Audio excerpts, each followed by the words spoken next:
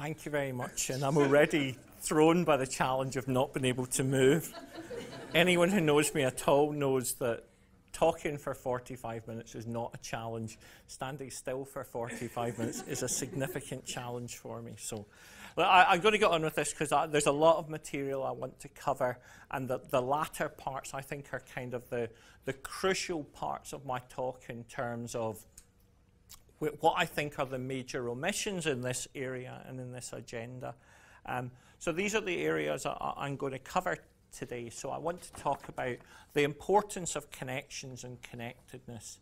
I'm going to then link that to the idea of social capital. And I guess what would be potentially new for a lot of people in the room is I'm going to frame that in a particular psychology theory, which is around the social identity model of identity change. And I'll say a little bit about how we've started testing and mapping that model. And then the last thing I want to talk about is how that relates to the idea of assertive linkage. So the premise for me is fairly straightforward. I've done a lot of work in the recovery space in the last 6 or 7 years. And the key premise from that work is essentially that for people who aspire to and achieve lasting recovery, there are two core underpinning factors. One is meaningful activities. The second is changes in social networks, away from using networks to stable non-using networks. Those are the correlates that are associated with the vast majority of significant recovery pathways and journeys. And from that perspective, what I'm going to do is talk about, well, first of all, I'm going to present evidence that I think is fairly clear around that. Then I'm going to talk about some of the work we're doing that's about how you initiate those network changes and what role professionals can play in this, because this is largely a community-focused activity. I frequently feel I have to do a kind of health warning right at the start. This is not a talk that's going to focus on treatment services, because it strikes me that the important things about this message are what happens outside and after treatment. Irrespective of whether treatment delivered to people is good or bad, this is about things that are about connections in people's lived environment. So that's what I'm going to talk about. So to start with, I'm going to talk about the importance of connections, and I'm going to start with a meta-analysis that was done, nothing to do with alcohol and drugs, a meta-analysis of well-being, of people's well-being, physical health and quality of life.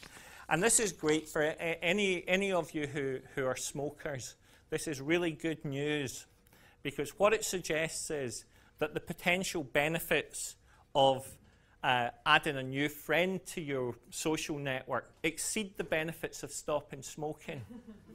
So, in principle, if you want to look at comparative odds of decreased mortality, this is the benefit you get, the effect size of the benefit you get from smoking cessation. These are the benefits you get for improving your social network. So this presentation is sponsored by Imperial Tobacco. No, not really. The point is not to say don't stop smoking. The point is to say the public health benefit of physical activity, of reduced alcohol consumption, and of reduced smoking is less than the impact of improving your social connectedness in networks. So before you leave here today, however dull you find the talk, make sure you make friends with somebody, because you'll live longer. There's a number of key takeaway messages. That is the first one. Talk to the person sitting next to you. You'll add an hour and a half to your life. If they're really boring, maybe it'll take an hour and a half away. So group participation. Participation in groups is well evidenced to have both a health protective and a mortality protective effect. And there's no better example of the power of social contacts and the power of social networks than the Framingham Heart Study. And the Framingham Heart Study is like a kind of gift to researchers, because the Framingham Heart Study has now been going on for the best part of 20 years. And every 2 to 4 years in this American town, there are 3 things are done with the majority of the adult population. They have to have a blood test, they have a medical, and they fill in a questionnaire saying who their friends are. And the study was set up because of an awkward and embarrassing outbreak of sexually transmitted diseases in Framingham. And so the city fathers set this up to look at contagion. And it became known as the Framingham Heart Study because one of the first key effects they found was that heart disease transmitted in social networks. So I guess the core message of the Framingham Heart Study is, so this is about social effects. It's not about geography or proximity. So behaviour spread through who you're socially connected to. So if you don't know your next door neighbour, they will have no effect on your behaviour. Whereas if your next door neighbour is your best friend, your mother, or your partner, and hopefully not all three, then it will have a significant effect on the likelihood of social. This is not about secret spores and water supply stories. This is about social impact. And so the first thing, I guess there have been two primary areas that have been studied around social effects. One is obesity, and the second is divorce. And so for both the onset of behaviours and the cessation of behaviours, they're socially predictable. They're predictable by who you spend time with. So your chances of becoming obese, and bear in mind what becoming means in this study. For people who are non-obese at time 1, their likelihood of being obese at time 2, which is 2 to 4 years later, depending on the research cycle, is 57% higher if someone in their social network becomes obese at time 1. So over time, this is the predictive effect of social networks. And they asked people both to name who their friends were. So you had to name names in this study. And one of the things that was important about the effect of the Framingham Heart Study was, if I named Dan as a friend, but he didn't name me as a friend, his behaviour influences my behaviour more than my behaviour influences his behaviour. So it's relationally based. It's not structurally based. And that was really important. So there's smoking, there's an effect for smoking cessation, there's an effect for binge drinking. And I'm grateful to the authors of the study, Nick Christakis and Jim Fowler, for sending me various of their slides. So this is kind of what a social network map looks like. And the core concepts in the map are the lines of the relationship. So this just maps out who's connected to who. The nodes are individuals, and this would be a kind of classic public health area where you look at the relationship between of change. So how does it work? Well, there's 3 core concepts in how it works. Contagion is what flows across the ties. Connection is basically who's connected to who. And underlying this social model is the notion of homophily. And homophily means the tendency to associate with people who are like ourselves.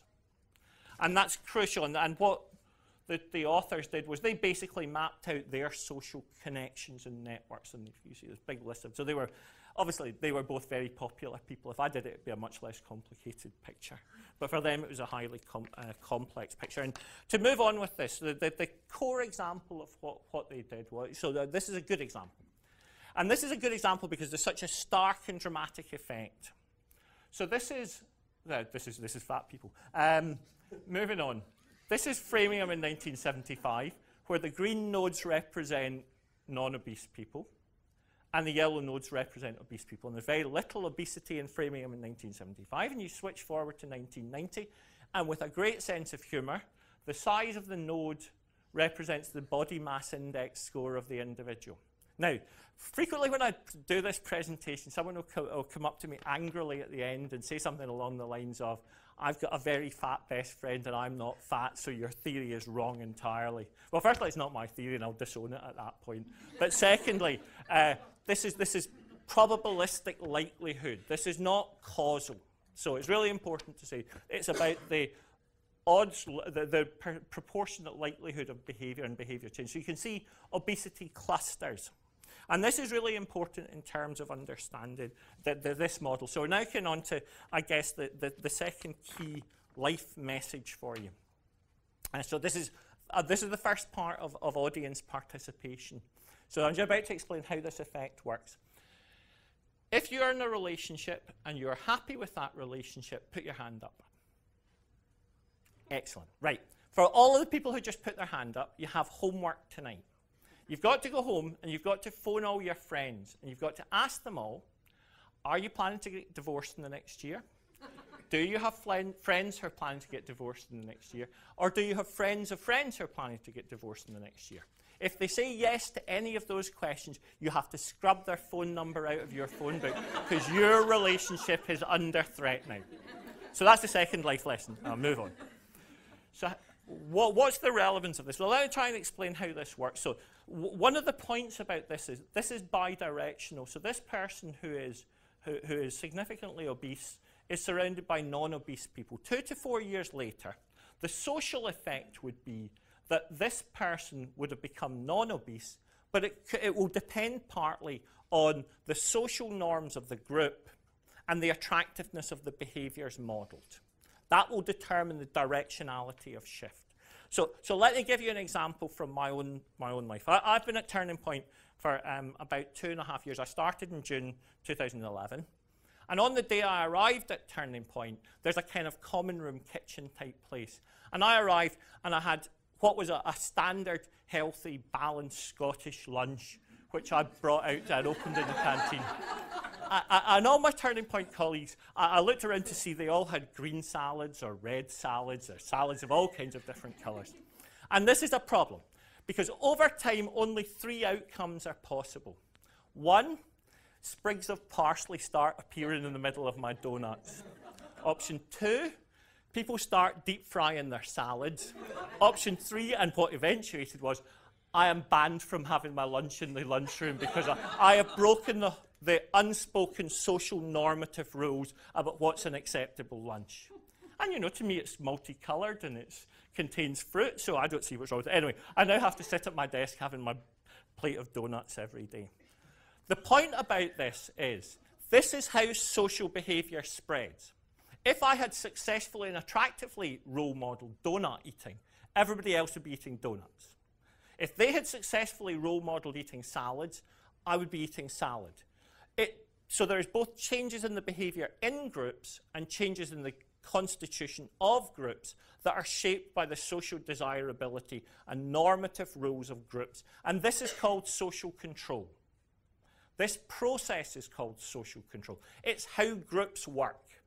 They have expectations, beliefs, values, and norms that transmit. Okay, and from a social theory point of view, this is related to the idea of who you know. And who you know matters in terms of what the behavioural repertoire available to you is. So the first process, I guess, is in social capital theory. The idea is that there are different kinds of social capital. Social capital is basically the social resources that you have and your commitment and engagement to those social support systems. So the primary types of social capital are bonding capital, which are the connections within groups, and bridging capital, which are the connections between groups. And so your social resource, your social capital, is a sum of those bonds you have within your immediate groups and the bridges to other forms of groups and resource. And I'll come back to that shortly when I talk about behaviour change. And linking capital is the underlying process of respect and development of trust in relationships as you develop those new bonds and through bridges. This has been translated to the world of recovery with the idea of recovery capital. In Granfield and Cloud, this was first cited in a 2001 paper, but Granfield and Cloud define recovery capital as the breadth and depth of internal and external resources that can be drawn upon to initiate and sustain recovery from alcohol and drug problems. And in a paper with William White 5 years ago now, William Cloud came up with this model where they argued quite coherently that long-term recovery is much better predicted on the basis of resources and assets, positive things, than it is predicted on the basis of deficits and pathologies and symptoms. So that long-term change to recovery is the accumulation of positive assets, not the effective management of pathology. And that's a fundamental shift, I guess, in terms of a recovery model of thinking about things. When I was in London, I did some work with a New York researcher called Alexandra Lodi to try and characterize how you think of recovery capital in 3 domains. And I'll come back to these because I think these are particularly important in terms of some of the research findings. But the 3 domains are personal recovery capital, which is the skills, resources, capabilities individuals have, and community recovery capital, which is the resources that exist in the community, which include opportunity and access to things like houses and jobs, but also in the context of recovery, how good the acute treatment services are and how well those acute treatment services link people in to positive community resources. And that's really the first point of thinking about assertive linkage. And these things are linked together, I think, fundamentally by social capital. Social capital, for me, is the common underlying theme of significant recovery progress, that it's the social networks that matter. And in our own work in Birmingham and Glasgow, and the Glasgow study is generally referred to as the Goya study for reasons that I'll say in a minute, but these 2 studies, we measured the quality of life of people at different stages of their recovery journey. And what we found basically was that the best predictors of well-being and quality of life, and this was ex-heroin addicts and ex-alcoholics in both locations, the biggest predictor of quality of life was the more time people spent with other people who were also active in their own recovery journeys. One of the things that really surprised us, though, was if we basically just did a map of what stuff folk had done in the last week. So we just basically took a total of hours of parenting, volunteering, community group involvement, education and training and employment. The more hours you did of that, there was a direct correlation to your physical and psychological well-being and to your quality of life. So they were strongly and predictively linked. Why Goya? Well, Goya is a very specific scientific acronym that stands for get off your arse. The more people do, the better they do. And we have tested this with a paper that Dan was involved in. We tested this with a group of a treatment population. And it was really clear that when people initiated activity, meaningful activity, employment, all 3 markers of well-being goes up. When people stop engaging in meaningful activity, all of those markers of well-being and quality of life go down. So there are very strong, and in fact we found in that study that activity was a much better predictor of well-being than abstinence. So activity was like the trigger for well-being in that project. And I want to move on to talk about 2 slightly unrelated things, which I will relate in a second. The first is some work done by one of our colleagues in Queensland called Genevieve Dingle. And in Genevieve Dingle's model, she looked at people, she took a group of people with significant long-term mental health problems, and her way of trying to activate them was to get them to sing in a choir. And what I think is particularly interesting about the model is this notion of a staged process.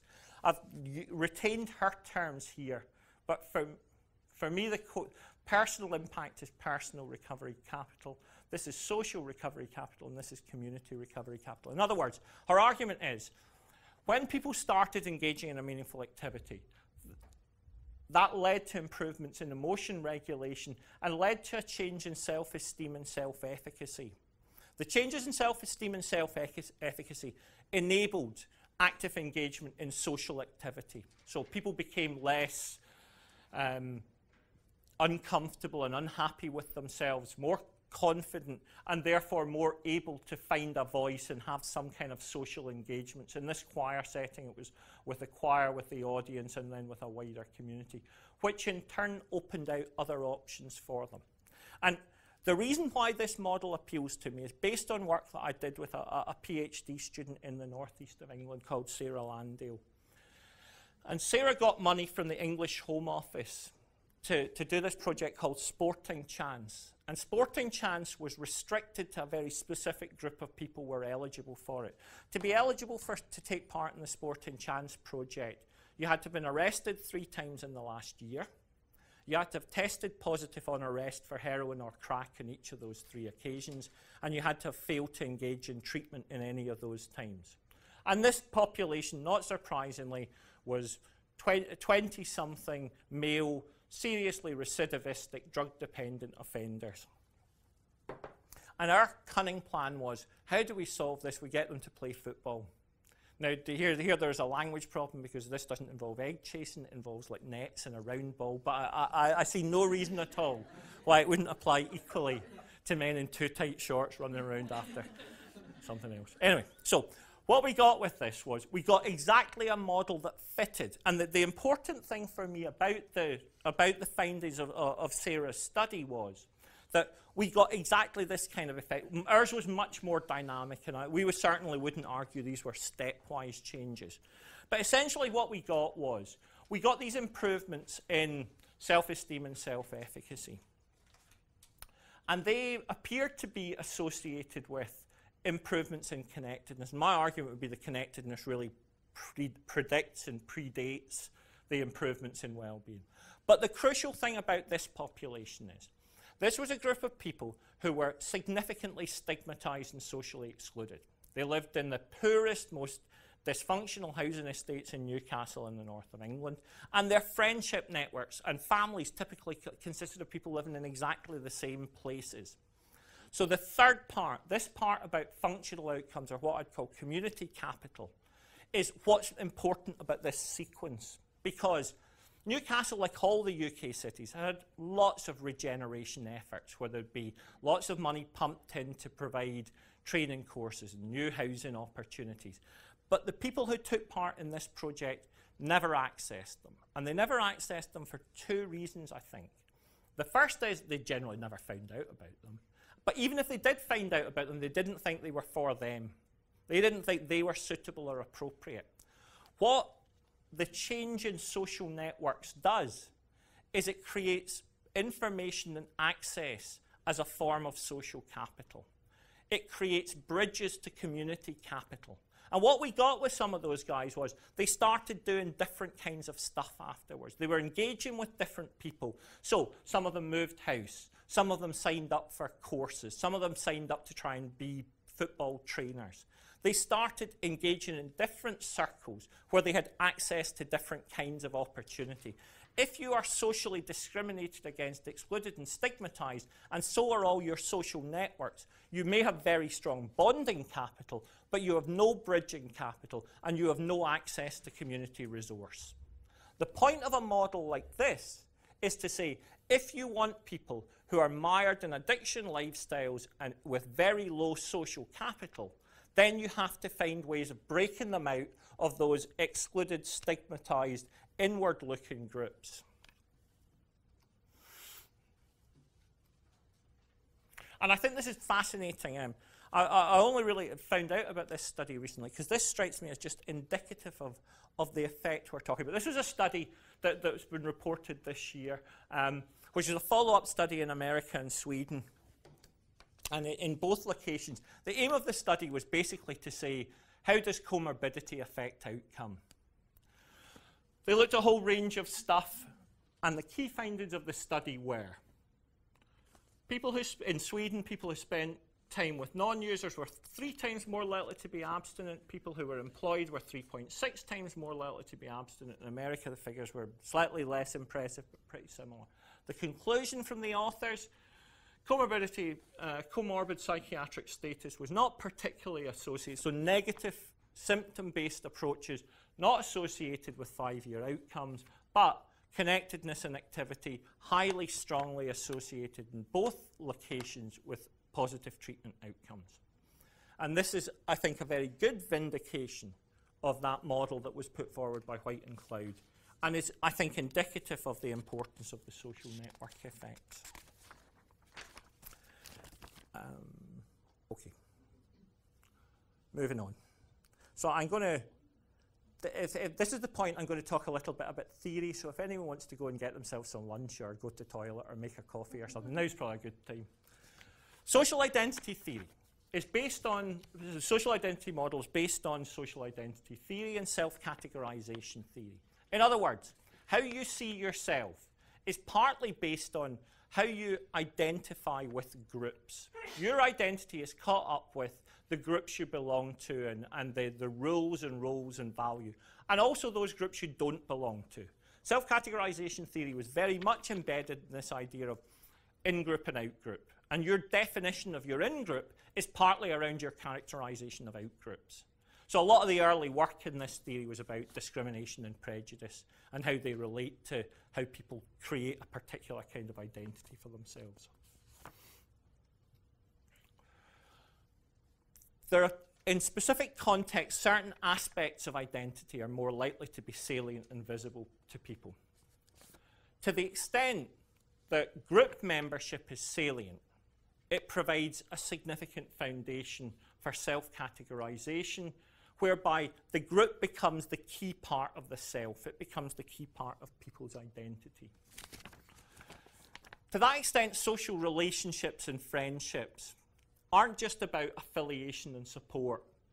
They help to shape these social norms and rules and values of what we do, of who we are, how we understand these. They become a filter for sense-making. They provide the foundations for the networks of shared meaning and activity that bind people together, whatever those kinds of groups are. And naturally, the narrower the repertoire of social groups and social identities people belong to, the more powerful and more dominant those norms and values and rules are. As a consequence, social identity also influences people's sense of well-being, and the sense of being part of something bigger and better in itself, as I started the talk with, has a positive impact on well-being.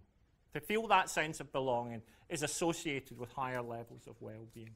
But that doesn't apply to all groups. Some groups, discriminated against, prejudiced against, and excluded groups, can have the opposite effect on a sense of identity and well-being. So there's a couple of things to say about this. The first is, Richard Longabout in the analysis of project match data makes it really clear to say if you want to look at one of the best predictors of people who do well in project match, which is the largest alcohol outcome study, that people who switch social networks from networks supportive of drinking to networks supportive of recovery have the best outcomes. In our own youth cohort study, which we published last year and we're working on at the moment, we have good data that suggests people who go through youth treatment and go back to the same social networks have extremely high relapse rates. But equally importantly, people who go through treatment and then ditch their social networks and don't replace them, in other words, they go from a large dysfunctional network to no network, also do pretty badly. The best outcomes are among people who maintain the same size and density of networks, but shift from a using to a non-using network as a predictor of this. And I think this fits with the work that Sarah Landale and myself and Genevieve did. And the activity underlies some of that process of change. Okay, so we've been, my PhD student, Melinda Beckwith and myself, have been doing some work at Logan House in Queensland, where we've tried to look at one of the effects of this, of social identity, looking at two types of social identity. The extent to which people enter in a therapeutic community continue to identify with their using group, and the extent to which they start to see themselves as part of a recovery group. And there's a gradual upward process so that people gradually come to see themselves as more strongly identifying with the therapeutic group and decreasingly with the using group. But obviously there's marked variability within these data sets. And what we found was, in the first 2 weeks of being in a TC, the more strongly you come to see yourself as part of the TC recovery group, and the more you decrease your social identity with the using group, the better your chances of completing treatment and graduating. In other words, those identity changes in the first fortnight predicted the number of days you would stay and the likelihood of graduation from treatment. In other words, that early effect of social identity change predicts engagement and completion in therapeutic communities, which we know from the literature is a proxy measure for long-term outcome. And for us, this is crucial because some of the work we are now doing is about trying to understand how you map and measure those changes. And in the last 10 minutes or so of my talk, what I want to do is to talk about exactly that question. So we've been using, oh, that's the wrong one. We've been using a number of different of these measures to try and get a sense of how those things change over time. And what we're trying to do is to link the evidence that already exists about social identity change as a predictor of well-being to the notion of how social identity actually operates. And we've been doing this by developing a new method and mechanism. And what's good about this new method and mechanism, I nearly moved there. Back in spot. Is to try and create a way of understanding how people see their own social identity and how that might play into changes in their well-being. So the first thing that underpins this is that assumption. Changing social networks is fundamental to understanding recovery change. Social networks, what groups you're a member of, predicts your social identity, how you see yourself, what norms and values you ascribe to, and what you see as possible, which in turn shapes your behaviour, the activities you engage in, the values you have, and the perceived attractiveness of different value options, which is where some of the framing work fits into this. And what we've been trying to do through this process is to make sense of both the nature of social networks and the group composition of those networks. So what we've been trying to do is to create a model that allows people to characterize how their social network is constructed, what the using identities of their social networks are, and crucially, what has to change to allow them to move forward. And as always, when it's in a kind of abstracted form, it looks really neat and tidy. When it's in a real client format, it looks much less neat and tidy. But you will see the effect that we have here. This is somebody in supported accommodation. And what we have here is the person is at the centre, and then the green dots represent non-using people, and the red dots represent using people. And so the traditional model may well be to say, re-engage heavily with your family once you complete treatment. But for this person, re-engaging heavily with their family would be a significant high-risk model. So what we are doing here, this is something we've been developing over the last few months, is trying to understand how we can assist people to make changes in their social networks that are predictive and supportive of recovery change. What about when there's relapse in the recovery group? Well, absolutely. And I think one of the things that you'd want to see is you wouldn't want to be reliant on a single group. So inevitably, if you've got, sorry? Especially not supported housing and that sort of thing. Yeah. I mean, in any group, that's going to be a risk. And so one of the arguments would be, I think you say, you look at multiple support groups and multiple activities in those groups that aren't predictive of substance use. So I think one of the things, and I'm not sure if I said this from the social identity theory, is the more groups you're a member of, the better. So the larger both the number of people in the groups, but the number of groups you belong to, the better you're capable of coping with life stresses. And that was from studies of old people and students, so not with alcohol and drug use, but the model is the same. The more diverse and varied your social networks, and the larger the range of activities they engage in, the better. And just to give you a second example of precisely this kind of mapping model. Now, what's been appealing for us to people is there've been a kind of, the first 6 people we did at the circuit breaker rehab in Benalla was, for virtually every one of them, there was a kind of light went on moment for them when they started characterising their social networks and beginning to get a sense of how different aspects of their social networks created risk factors. And for us, the point of doing this, so the kind of things that we've done in here is to say the different connections between groups, strong or hostile, depending on the colour coding, is partly predictive of the coherence of their social identity. So if you're a member of multiple social groups, but those social groups are strongly separated out, then there's a problem of maintaining a single consistent identity post-departure from the treatment service. Okay, and in some work we've just finished at YSAS, some preliminary work, we've found astonishingly strong correlations and relationships between levels of connectedness and well-being. So the extent of group connectedness among young people in YSAS and residential services was strongly linked to both their personal and social recovery capital, whereas the AOD using status of their social networks was inversely linked to both of those things. So it's important, at least for the preliminary findings, we've got fairly strong quantitative support for this notion that somebody's recovery resources and supports are strongly associated with both the size of the social network, which is the top bullet, and the constitution of the social network in using and non-using terms.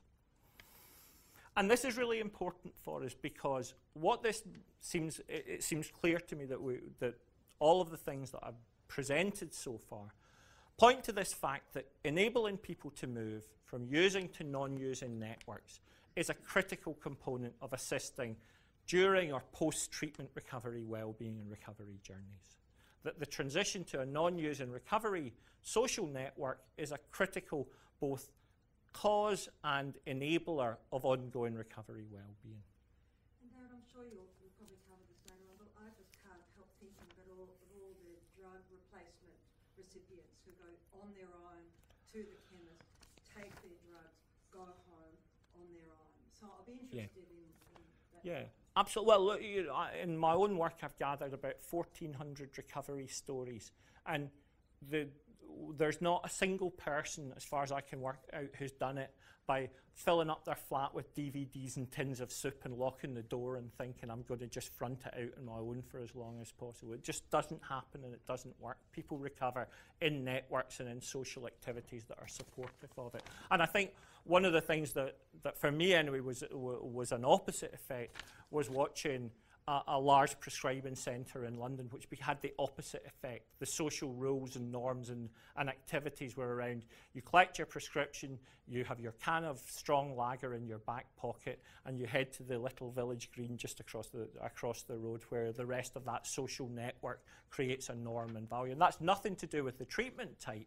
It was a particular subtype of clients who created a specific kind of norm and value and an activity schedule that was about as far away from well-being and recovery as possible. I just want to go on because I'm running out of time. I've only got a few more minutes. And I wanted to get on to this last part. Because for me, in some ways, there's a research question that's about how you map social networks. And the big question is, what do you do about them? So assertive linkage is something that has primarily been studied in the context of Alcoholics Anonymous. And I'm going to quote a couple of examples. So this is about the power of personal contact and the lack of power of leaflets. So the first slide I'm grateful to Michael Savage for. This is an old study, but I think is a lovely little illustration. So 20 people, 20 alcohol outpatients, were referred to go to 12-step groups in one of two ways. In the standard referral model, they were given a leaflet. In the intensive referral model, they were actively and assertively linked to the group. The attendance rates in the leaflet model, 0%. The attendance rate in the intensive contact group, 100%. If you want people to engage in any kind of meaningful activity and you give them a flyer or a leaflet, you're abusing trees in an entirely pointless fashion. And it's not surprising that this just doesn't work at all. And Victoria Manning and myself were involved in a study at the Maudsley, the acute assessment unit, where we undertook a randomised trial of inpatients. And again, this was about 12-step groups. Could we get somebody to go to an Alcoholics Anonymous, Narcotics Anonymous, or Cocaine Anonymous in their time on the ward? And we had three conditions. Three conditions were abusive trees condition, where they got leaflets, a doctor referral condition, where the doctor booking them in on the ward referred them to attend one of the meetings, or a peer support condition. And in the peer support condition, a peer came and took them to their first meeting. And we got a kind of staged effect. A doctor is slightly more useful than a leaflet. A peer is much more useful than a doctor. And what we got was effective meeting attendance on the ward, and to a slightly weaker extent, slightly lesser extent, meeting attendance in the 3 months post-departure, and changes in their alcohol, heroin, or cocaine use in the 3 months post-departure. So assertive linkage works. Peer-based assertive linkage works. For some reason, this is something that has primarily, the research has been focused on Alcoholics Anonymous groups. And it seems to me there's no reason at all to assume. It's a good effect, and we know that for people who like it and go to Alcoholics Anonymous meetings, this works well. But it seems to me there is no reason why you couldn't do the same thing for smart recovery groups, for football teams, for choirs, for fishing clubs, for that linkage into changes in social networks. And that's the bigger picture position of what we're trying to do. It's not about trying to change people's networks by getting everybody to go to AA, but trying to change people's social networks by trying to create mechanisms for effective linkage into a wide range of options and opportunities. Sorry, so that's that study. And then, sorry, the last point to make about 12-step is one of the things that Timko, one of the primary researchers around assertive linkage, has done is developed a manual called MAZE, Making Alcoholics Anonymous Easier. And that's like providing early tasters. And that's been shown to be highly effective in getting people to engage. And I think, for me, one of the big challenges of the recovery model is about saying this is not about an alternative to treatment or in any way denigrating treatment, but saying treatment is not enough. And this notion that somehow if you see somebody once a fortnight for half an hour, you can sprinkle magic dust on them that makes them better till the next time you see them just doesn't make sense. It only makes sense if you have effective linkages into the community outside of that group. And so for us, there's a big question about how do we come up with this model? Because there are a couple of flaws with the assertive linkage model. One is the assumption that everybody is ready to be assertively linked in, and quite clearly people are at different stages of readiness and preparedness. And as I know from bitter experience for work in the northeast of England, if you send 3 or 4 people in a row, all with a significant drug problem and a personality disorder, to a small local fishing club, you will literally sink the fishing club. So you have to get people to the point that, so there are 2 things I think. One is about selecting who's ready to go to community-based activities. The second is about how do you enable and prepare both the individual to go and the group to receive them. And there's a massive challenge about, and the second part is part of the responsibility of professionals and services to be part of their own community. And that's asset-based community development, which is you have a responsibility to that fishing club or that AA group to make sure you support and enable them as well as sending clients off to them. And that part, I think, is crucial. So where are we with this? Well, we're doing a lot of work just now with Odyssey House around developing some of these techniques and materials. We've been fortunate, we've just successfully had an ARC discovery grant in partnership with Deakin and University of Queensland to look at exactly this issue around social connectedness and long-term recovery. We've got a paper that's we've got a couple of papers that have just been published. But for me, the core question is, if you're serious about people making long-term changes, then the challenge is both about how do you enable them to want to change their social network, and the mechanism for that is about the attractiveness of the groups and the effectiveness of the bridges into groups, and to create assertive linkage models that allow people to effectively link into those external groups. Many, many people to thank for the work in this area, and thank you for your attention.